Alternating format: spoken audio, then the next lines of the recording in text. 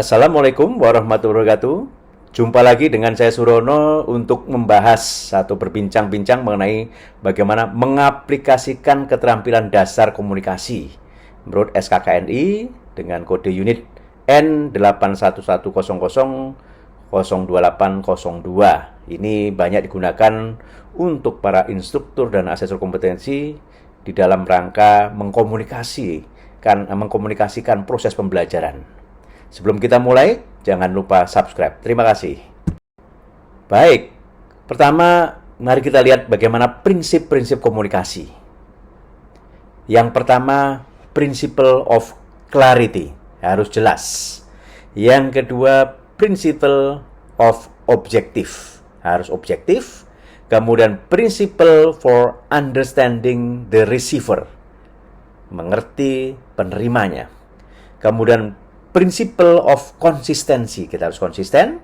Dan kemudian principle of completeness, harus komplit informasi itu yang komunikasikan. Kemudian principle of feedback, bagaimana feedback. Dan principle of time.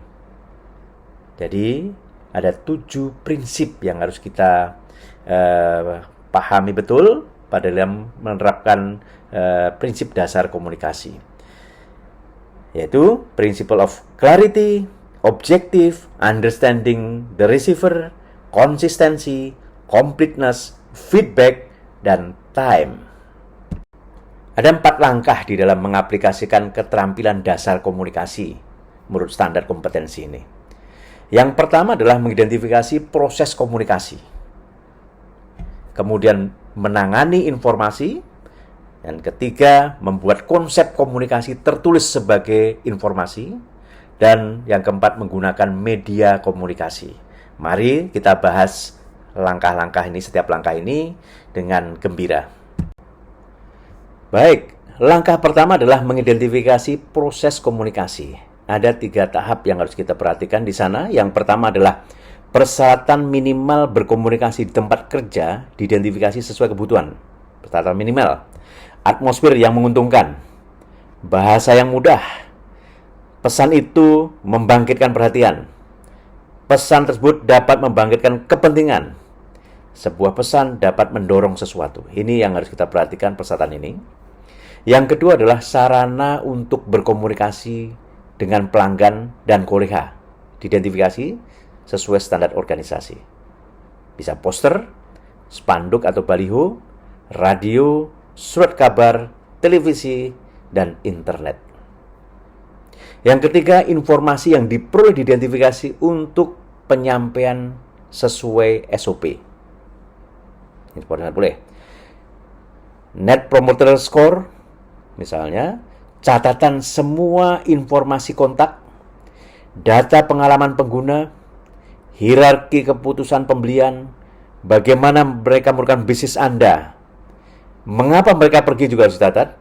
Kemudian perilaku pembeli atau membeli, melacak pengikut Twitter, tingkat kekuatan pengambilan keputusan, tanggal masuk terakhir.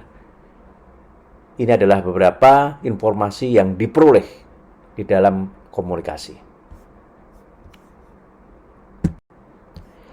Langkah kedua adalah menangani informasi. Di sana ada 3 kriteria penting. Yang pertama, keterampilan mendengarkan secara aktif digunakan untuk mendapatkan informasi baik verbal maupun non-verbal. Yaitu mendengarkan, tidak menghakimi, mencerminkan, menjelaskan, meringkaskan, atau meringkas, berbagi.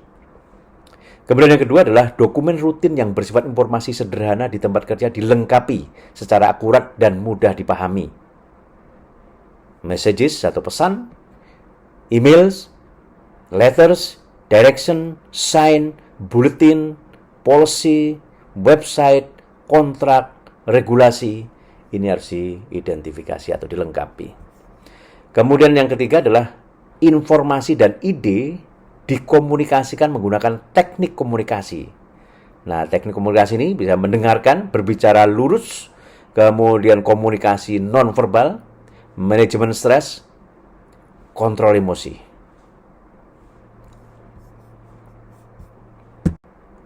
Berikutnya adalah langkah ketiga, yaitu membuat konsep komunikasi tertulis sebagai informasi. Ada 3 hal penting di sini. Yang pertama adalah prosedur dan format penulisan konsep yang relevan diidentifikasi. Apa itu? Planning, drafting, sharing, evaluating, reviewing, editing, dan publishing. Kemudian konsep tulisan dibuat sesuai dengan kebutuhan dan batas waktu.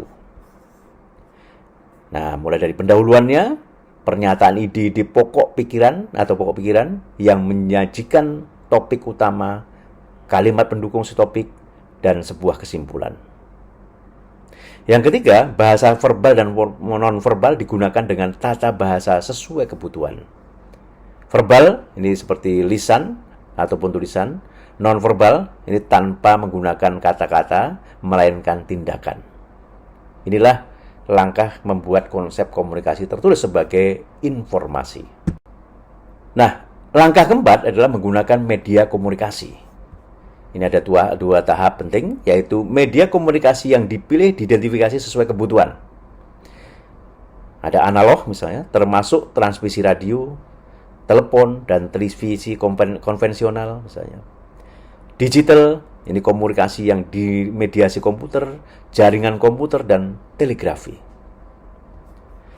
Kemudian yang kedua adalah penggunaan media ditentukan sesuai dengan panduan pemakaian dan SOP di organisasi. Melalui teleponkah, komunikasi interaktif verbal, siaran pers, email langsung, konversi pers dan acara media, LinkedIn, acara jaringan dan grup WA. Ini adalah menggunakan media-media komunikasi. Nah, bagaimana kita menyiapkan langkah-langkah mengaplikasikan keterampilan dasar komunikasi ini? Buatlah suatu rekaman untuk melakukan ini tahap demi tahap agar kita bisa terencana dengan baik di dalam mengaplikasikan keterampilan dasar komunikasi ini. Mulai dengan langkah pertama tadi yang saya jelaskan, mengidentifikasi proses komunikasi dengan 3 kriteria kinerja atau KUK, dan rekaman apa saja yang pilihan-pilihan yang tadi saya sebutkan tadi untuk dipilih sesuai dengan konteks. Kemudian menangani informasi, membuat konsep komunikasi, menggunakan media komunikasi, dan seterusnya sesuai dengan kriteria kinerja atau kriteria unjuk kerja, dan pilihan-pilihan sesuai dengan konteks di dalam komunikasi tersebut. Baik, itu tadi yang sudah kita pelajari bersama-sama bagaimana mengaplikasikan dasar komunikasi di dalam, terutama di dalam pengembangan pembelajaran atau delivery atau pengembangan pelatihan dan juga asesmen kompetensi. Selamat mencoba. Terima kasih. Jangan lupa subscribe. Wassalamualaikum warahmatullahi wabarakatuh.